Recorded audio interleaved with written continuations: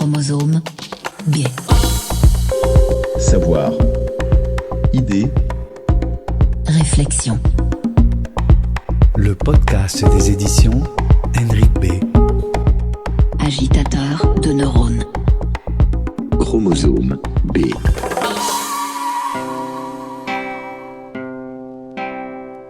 Et si l'apéro était bon pour la santé mentale? Et si l'apéro avait des vertus thérapeutiques? Ah, l'apéro, les amis, les rires, les amuse-bouches partagés autour d'un verre. Ce moment où on parle de tout et de rien, où on passe juste du bon temps. L'apéro nous fait du bien. On lâche prise, on s'ouvre à l'autre, on s'extrait de son destin. On existe tout simplement. Ces vertus se résument en 3 mots. S'estimer, lâcher prise et se soigner. Après son premier livre, Trouver son bonheur, Yannick Descharmes nous décrypte les enjeux de santé mentale qui se jouent dans cet espace de socialisation sous-estimé mais hautement porteur. Comment ce moment festif stimule notre sens du collectif et réveille l'animal social qui sommeille en nous. Parce que le bonheur se vit et se décuple à plusieurs. Chromosome B.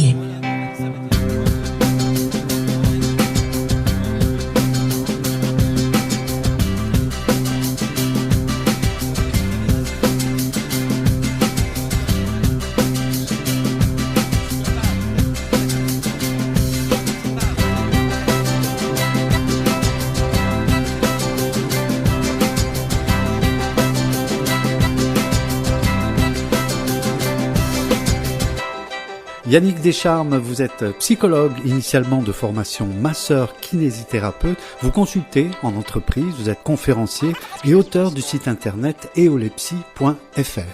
Vous pratiquez les thérapies cognitives et comportementales et la thérapie d'acceptation et d'engagement qu'on appelle l'ACT. Vous enseignez également à l'université Grenoble-Alpes. Vous avez publié un premier livre, Trouver son bonheur dans sa tête et dans son corps, qui a déjà donné l'occasion d'un entretien ensemble. C'était aux éditions Henrik B, tout comme ce nouvel ouvrage intitulé Petite psychologie de l'apéro, s'estimer, lâcher prise, se soigner. Yannick Descharmes, bonjour. Bonjour. Avant de s'accouder au comptoir d'un troquet, j'aimerais vous demander de nous en dire un peu plus sur les différentes formes que prend votre pratique d'accompagnant, quels sont les cadres habituels, vos domaines thérapeutiques et les problématiques que vous amènent vos patients. Alors oui, donc moi j'aime bien dire que je suis un soignant en santé mentale et donc mon travail c'est d'aider les gens à mieux fonctionner dans leur vie quotidienne et donc j'ai un exercice libéral, voilà, j'ai un cabinet et donc je donne des conférences donc par tout moyen, que ce soit les réseaux sociaux, donner un coup de main à personne d'avancer. Et dans les problématiques, la problématique, ça reste quand même de la relation à soi et la relation aux autres. C'est aussi pour ça que l'idée de mon premier bouquin, Trouver son bonheur dans sa tête et dans son corps, c'est lié à comment on va être en paix avec soi. Et alors, je peux dire que c'est pas qu'une question de psychothérapie, toutes les philosophies et spiritualités en parlent. Et comment je vais aussi être à l'aise avec les autres. Ça, c'est, on va dire, les grands piliers, mais pas que, bien sûr.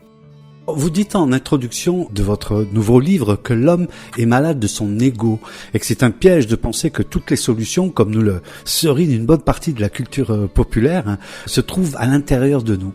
Qu'est-ce qu'il en est en fait ? C'est super intéressant de se poser cette question parce qu'un philosophe s'appelle Luc Ferry, j'ai entendu un jour sur une émission qui disait qu'il était contre la psychothérapie. Parce qu'il disait ça centrait les gens sur eux, et du moi, et lui il trouvait ça délétère. Et ça m'a interpellé parce que je suis psychothérapeute. Et je me dis, mais il n'a peut-être pas tort pour certains points. Et en fait, cette idée de l'ego, alors c'est Nietzsche qui disait que l'homme est malade de lui-même, mais c'est aussi le bouddhisme. Les bouddhistes disent « kill yourself every day ». Tue ton ego tous les jours. Parce que cet ego, c'est celui qui dit « c'est à moi que tu parles, c'est moi ». Et en fait, l'idée, c'est de mettre de la nuance. Et donc, dans l'idée de trouver son bonheur dans sa tête et dans son corps, je pense qu'il faut d'abord être en paix avec soi. Mais ça, c'est la première partie. Et que quand on reste qu'avec soi, on oublie juste que l'être humain est le fruit du collectif. On a tout un tas, on verra, on pourra en parler, on est fait pour être avec les autres. Et sauf que le rapport à l'autre, comment j'y suis donc ? La deuxième partie, je commence par moi-même, et l'autre est la finalité. On réunit les deux. Yannick Descharmes, on s'est quitté lors de notre premier entretien sur ces phrases. À la fin de l'interview, vous me disiez, je veux ajouter de l'humour, du rock'n'roll, du Rolling Stone. Je suis un peu un Nietzschéen qui philosophe au marteau. Dès qu'il y a un truc qui tient debout, le but c'est de le péter. Parce que quand les choses sont figées, il n'y a plus de créativité. Est-ce que c'est dans cet état d'esprit que vous avez écrit ce nouveau livre ?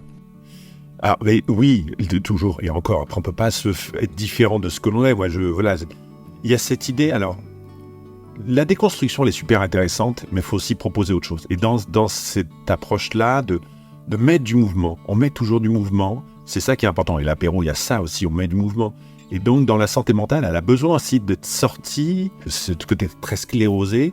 Donc, on déconstruit plein de tabous. Quand j'étais kiné, les gens me disent « Ah ouais, t'es kiné ». La santé mentale, elle fait peur.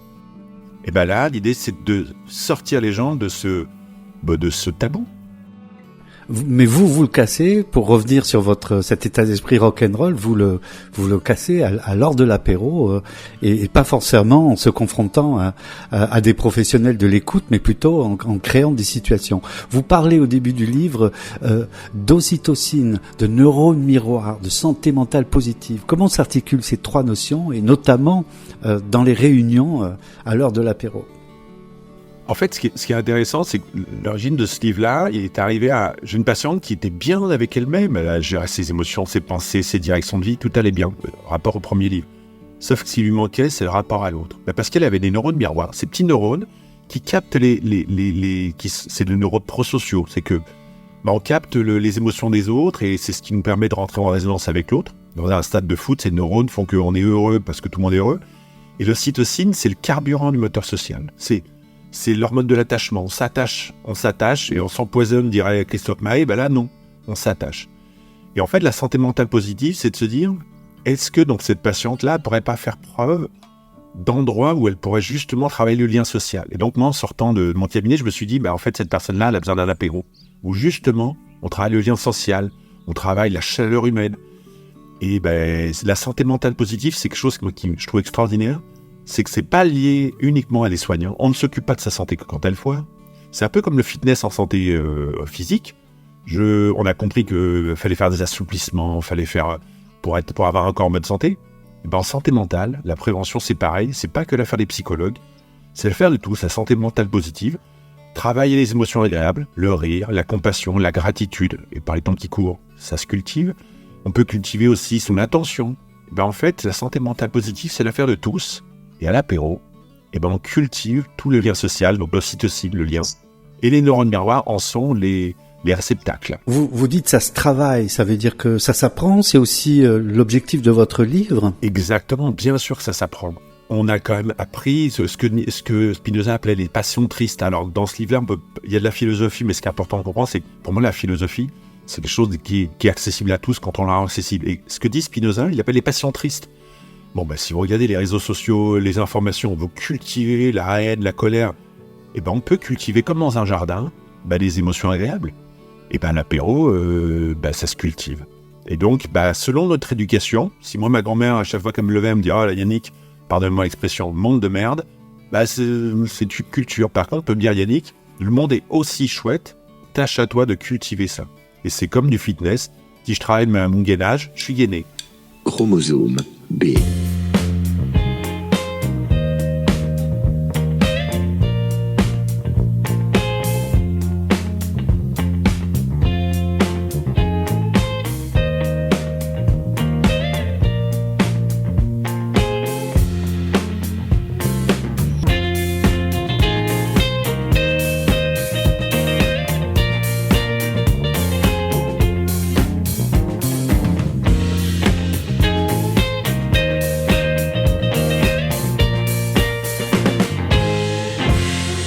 Yannick Deschamps, par quelle drôle de logique, selon vous, une époque où les réseaux, ce qui plus est sociaux, donc, c'est-à-dire les moyens de nous relier, a fini par produire exactement le contraire. La distance, dites-vous, la méfiance, l'indifférence. Il y a aussi cette crise du Covid qui est passée par là. Est-ce qu'elle a joué un rôle?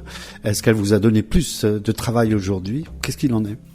Cette question est excellente parce que, effectivement, dans le livre, il y a trois personnages. Les trois personnages du premier livre, on les reprend, Paul, Julie, Alban. Et donc, Julie qui tombe dans le Covid et donc se te dit, mais s'il n'y a plus de lien social, alors que le lien social était ça came, et là, en fait, malgré tout, ça va être une occasion de résilience. Et donc, les réseaux sociaux, c'est comme tout. Il y a une phrase qui dit « Tout est poison, la dose est poison ». C'est ce qu'on en fait avec les réseaux sociaux. Mais ça peut être un formidable lien pour se mettre en lien avec des personnes dans le monde entier sur des valeurs communes. Et puis, ça peut être aussi une occasion de se désunir. Et donc ça, les réseaux sociaux, ça peut être une chose extraordinaire. Mais ça peut être quelque chose de terrible parce que ça attise. Et donc, il y a des recherches qui montrent que ça peut polariser les avis. Et ce qui nous manque, c'est le contact direct. Le numérique est extraordinaire, mais après, il nous manque justement les neurones miroirs, l'ocytocine. Ça marche mieux quand on se serre la main, quand on sent la personne à moins d'1 mètre. Il y a c'est plus compliqué d'interpréter l'intention quand on voit la personne que quand on l'entend ou quand on la voit sur les réseaux, quand on la lit. Et donc, c'est comme tous les réseaux, c'est extraordinaire quand on sait bien l'utiliser. Et bien, il faut savoir utiliser ça avec précaution, mais de dire que c'est responsable de la désunion du lien social, ça, c'est une partie, mais c'est pas que.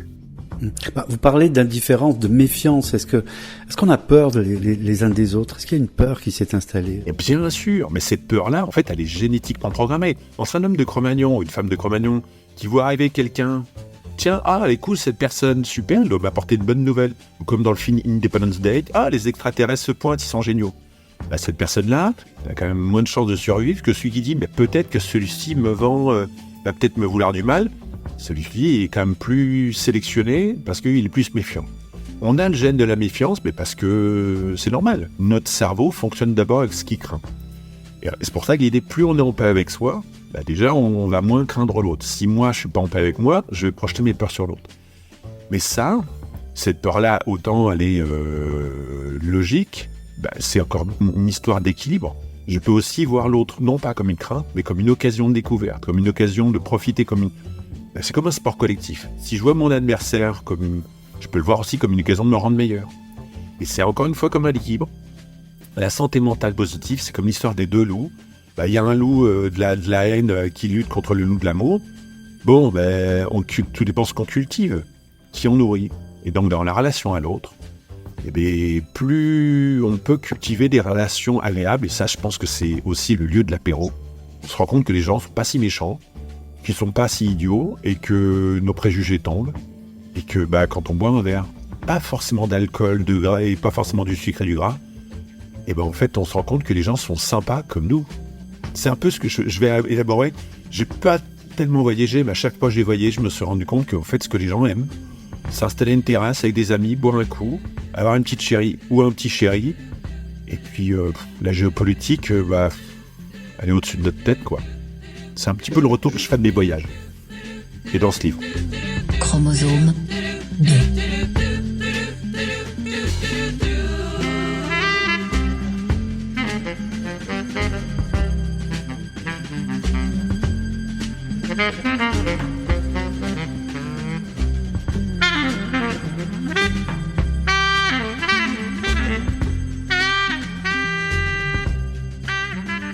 Yannick Descharmant, en sous-titre, s'estimer, lâcher prise, se soigner. Est-ce que c'est ça les grands besoins que vous entendez chez vos patients et ceux de notre époque? Alors, c'est prétentieux de dire que ce sont les grands besoins à l'exclusion des autres, etc. Mais en fait, je dirais que quand je suis arrivé sur cette idée d'apéro, de lien collectif, là, je me suis dit, quelles seraient les fonctions d'un apéro?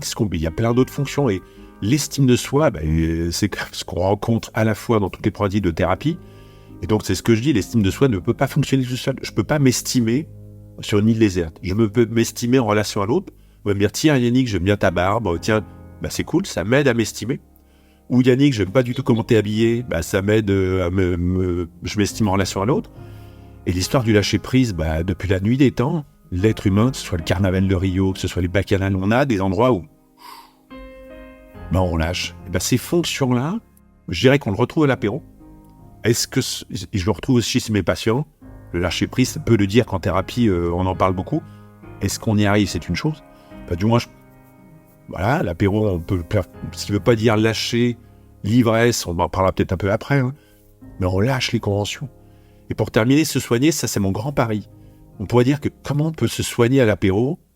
Oui, si on peut se soigner, tout le monde pense à l'alcool et au gras, et justement, ça puisse être une occasion de souffrance. La relation à l'autre, elle peut soigner. La relation à l'alimentation, elle peut soigner. L'instant présent, la pleine présence. C'est une occasion, c'est ce qu'on en fait. La bienveillance, soigner l'autre aussi. C'est ça, et moi je suis addict à la gentillesse. Et donc, je sais pas, moi, même un serveur qui vient très gentil, me dire « Yannick, qu'est-ce qui vous ferait plaisir ?» Quelle chouette attention. Je suis très heureux. Et je crois que ça, on peut aussi retrouver cette occasion de l'autre comme une occasion de jouissance et de plaisir. Vous dites que l'apéro est un moment d'humanité, d'humanisme. On pourrait penser que vous avez choisi ce rituel-là juste pour figurer un moment de vivre ensemble. Mais est-ce qu'il y a des choses qui se passent à l'apéro que l'on ne retrouve pas dans d'autres circonstances? Alors cette question, effectivement, alors voilà, l'humanisme, ça fait partie de mon ADN et voilà, le vivre ensemble, je suis venu pour ça. Mais il y a vraiment cette idée de l'apéro. J'avais pensé aussi le repas. Il y a un concept que dans la promotion du livre, j'appelle la gastronopsie.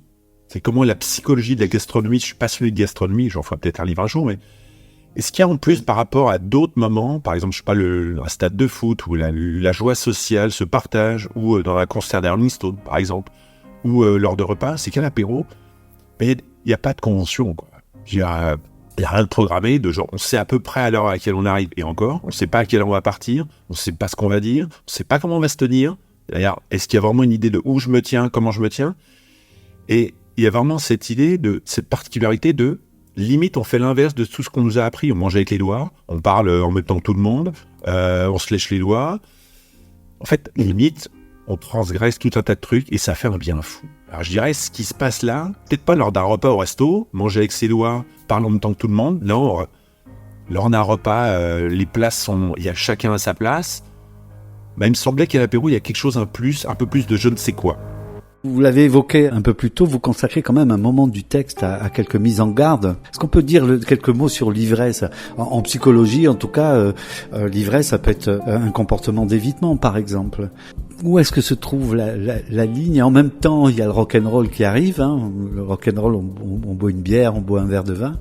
Et puis, il y a une limite, peut-être. Et on sait à quel point le rock'n'roll a donné certaines décadences. Et en fait, l'idée de l'ivresse, de toute façon, elle est biologique. C'est qu'on voyait bien quand on est allé au printemps, quand on voyait des chevreuils s'enivrer à manger des crocus ou des petites bouses de bourgeons. Bon, la question, encore une fois, c'est pas l'ivresse, c'est la fonction pour laquelle j'y vais. Si je bois pour oublier, si je bois pour plus penser, si je bois pour m'effacer, là, c'est dangereux. C'est que si je bois une bière pour plus penser à ma rupture, non seulement je m'oublie, c'est l'oubli de soi, mais en plus ça revient, donc ça creuse le trou. Mais qu'en fait, l'ivresse, c'est quelque chose on l'associe à l'alcool, mais bien sûr, ça fait du bien dans mon mode de lâcher, et que c'est un désinhibiteur. Quand je me désinhibe, ça sous-entend que je suis inhibé par ailleurs. Donc vous voyez, ça rejoint l'estime de soi du départ, où si déjà j'avais un peu d'estime, j'aurais pas besoin de m'inhiber et de me désinhiber. Mais en fait, l'ivresse, on n'est pas obligé de la chercher qu'avec l'alcool. Alors il y a un fameux poème qui dit « Enivrez-vous » et on peut s'enivrer de musique. L'histoire de la transe, quand on écoute une musique classique, on est en transe, la joie sociale me porte en transe. Mais même le plaisir gustatif, un orgasme gustatif quand vous mangez, je sais pas quel mets succulent de Pierre Gagnère, un grand cuisinier 3 étoiles adoré, c'est de la jouissance et cet enivrement, on a une sorte une expérience de perte de contrôle. Sauf que, si je le fais parce que c'est important pour moi, si je le fais m'épanouir, ça n'a pas la même fonction que pour fuir. Donc pour résumer, l'ivresse, c'est un outil avec lequel on manipule avec précaution, parce qu'on peut vite basculer du côté obscur de la force, un petit peu comme Star Wars avec Luke Skywalker. Mais quand on le fait pour de bonnes raisons, et quand on est en paix avec soi, on est en sécurité et on peut s'épanouir avec tout un tas de choses qui ne sont pas que de l'alcool. L'ivresse concerne tous nos 5 sens.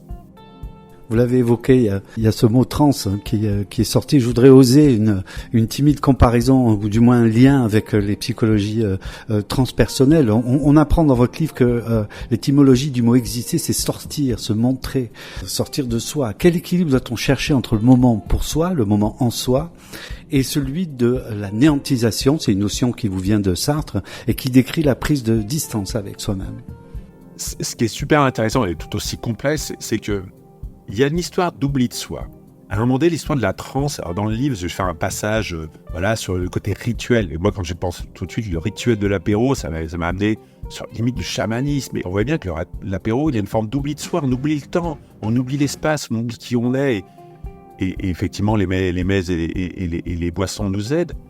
Et dans l'histoire d'oubli de soi, il y a quelque chose d'assez excellent, c'est que, je lâche le personnage que je suis. Et effectivement, ce que dit Sartre, c'est qu'il y a des moments quand l'anéantisation, c'est garder la conscience de soi-même. Moi, suis Yannick qui répond à Sylvano. Vous voyez, cette conscience de moi-même, c'est cette distance que j'ai à moi. Et le néant, c'est comme la lame d'air qui est entre deux plaques d'une fenêtre à double vitrage. Cet petit espace fait que j'ai la conscience de moi-même. Ça, c'est chouette d'être en conscience. Mais à un moment donné, lâcher cette conscience de soi, ça permet aussi de relâcher toutes les conventions sociales. Et peut-être qu'il y a un apéro, peut-être que mon ami est dirigeant d'eux, et moi je suis peut-être ouvrier. Mais là, on s'en fiche. On est là pour la joie sociale et le partage. Et donc, ces moments d'oubli de soi, bien calculés, participent aussi à l'équilibre global. Et donc, je suis bien avec moi, je suis bien avec les autres. Et en fait, il faut tout pour faire un monde. Ce serait terriblement, je pense, triste si on était toujours en conscience, en maîtrise, toujours... Non, il y a des moments où là, on n'est plus en conscience, ce qui ne veut pas dire qu'on est en danger.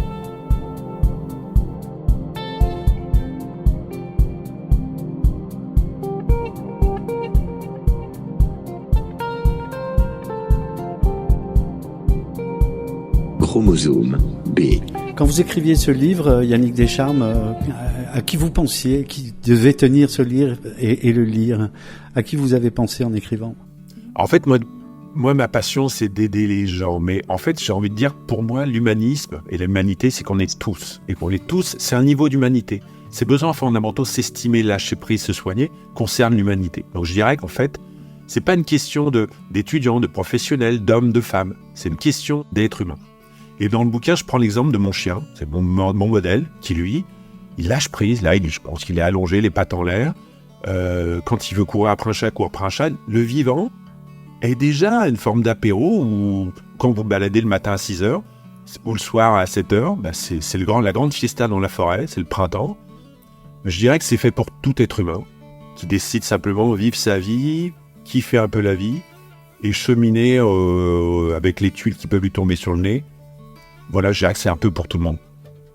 Mais c'est pour tout le monde, chaque être humain. Alors Yannick Descharmes, il y a votre livre, il y a Eolepsie, le site internet. Vous avez aussi un compte Instagram qui est très animé, dans lequel vous exprimez au jour le jour comme ça des choses. Effectivement, quand on aime partager et qu'on veut donner des coups de main aux gens, il se trouve que les réseaux sociaux, quand on les utilise bien, c'est quelque chose d'assez intéressant. Alors, l'idée, c'est comment on va à la fois déstigmatiser la santé mentale, mais aussi quand on a des idées, on a envie de les partager. Et ce qui est plutôt chouette, c'est quand on trouve d'autres personnes pour partager des chouettes idées, ça fait une fois de plus de la joie sociale dont on parlait dans le livre. Donc effectivement, eolepsie.fr, c'est le blog, et Eolepsie, c'est tout ce qu'on peut trouver sur les réseaux sociaux. Il y a plein de vidéos qui vont en relation avec le livre. Et plein des expériences du livre, elles sont illustrées sur les réseaux sociaux. Il y a une vidéo là que j'ai retrouvée qui met en lumière une expérience de sociologie qui démontre comment on peut lutter contre le racisme de manière assez efficace. Par exemple, on met dans une pièce, des gens qui sont d'extrême droite et d'autres d'extrême gauche, de ceux qui aiment la tartiflette, ceux qui aiment la fondue, peu importe. Et on leur dit, ok, vous voyez, vous ne vous aimez pas, soit. Bon, maintenant, on va mélanger. Qui est-ce qui aime les vacances à la montagne? Et qui est-ce qui aime plutôt les vacances à la mer? Et on mélange les groupes. Et après, les hommes, les femmes. Et après, on remélange. On dit, tiens, qui est-ce qui aime plutôt les Rolling Stones ou plutôt les Beatles, plutôt le rap? Et à force de mélanger, on fait du lien sur ce que l'on a en commun. Ce lien commun, en fait, les gens disent, mais en fait, t'es génial, toi. Toi, si t'aimes les Rolling Stones, tu te souviens, t'étais au concert. En fait, ils oublient juste qu'il y a encore une demi-heure, ils vous laissent mettre un petit peu sur le nez parce qu'ils avaient des idées politiques différentes. Ça, c'est une expérience de sociologie qui est connue. Et dans cette vidéo que je republie, en fait, moi, je vous mets au défi de pas avoir la larme à l'œil, de se rendre compte que, en fait, mon voisin, il fait peut-être du bruit. Il est extraordinaire, on a une passion commune, donc on n'imaginait pas, on adore les champignons, j'en sais rien. Et c'est ça, ce plus petit dénominateur commun. Donc voilà, dans les réseaux sociaux, moi j'adore partager des choses qui m'émeuvent.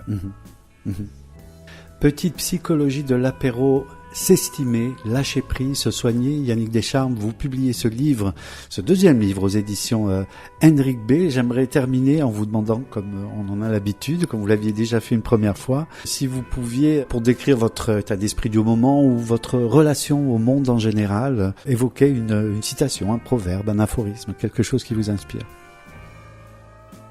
Et forcément, c'est de la musique. D'ailleurs, dans ce livre-là, je mets au défi toutes les personnes qui le liront à trouver toutes les références musicales, mais c'est une phrase d'une chanson de Noir Désir, dans Tostaki, qui dit « Soyons désinvoltes, n'ayons l'air de rien ».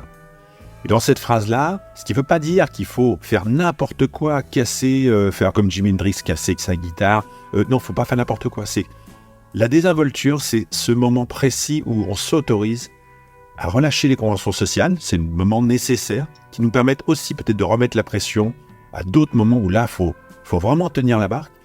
Soyons désinvoltes et n'ayons l'air de rien. C'est ce qu'on disait, c'est dans ce moment-là, on lâche le qui on est, le Sartre, là, de dire je ne sais pas qui je suis, j'oublie, et ça fait un bien fou. Soyons désinvoltes, n'ayons l'air de rien, dans un moment d'intimité, mais pas tout le temps, toute la vie, parce que sinon ça ne marchera pas non plus.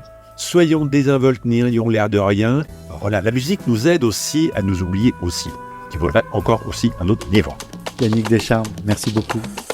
Chromosome B. Le podcast des éditions Henrik B. Agitateur de neurones. Chromosome B. Retrouvez les ouvrages des éditions Henrik B dans toutes les bonnes librairies et sur henrikb-édition.com.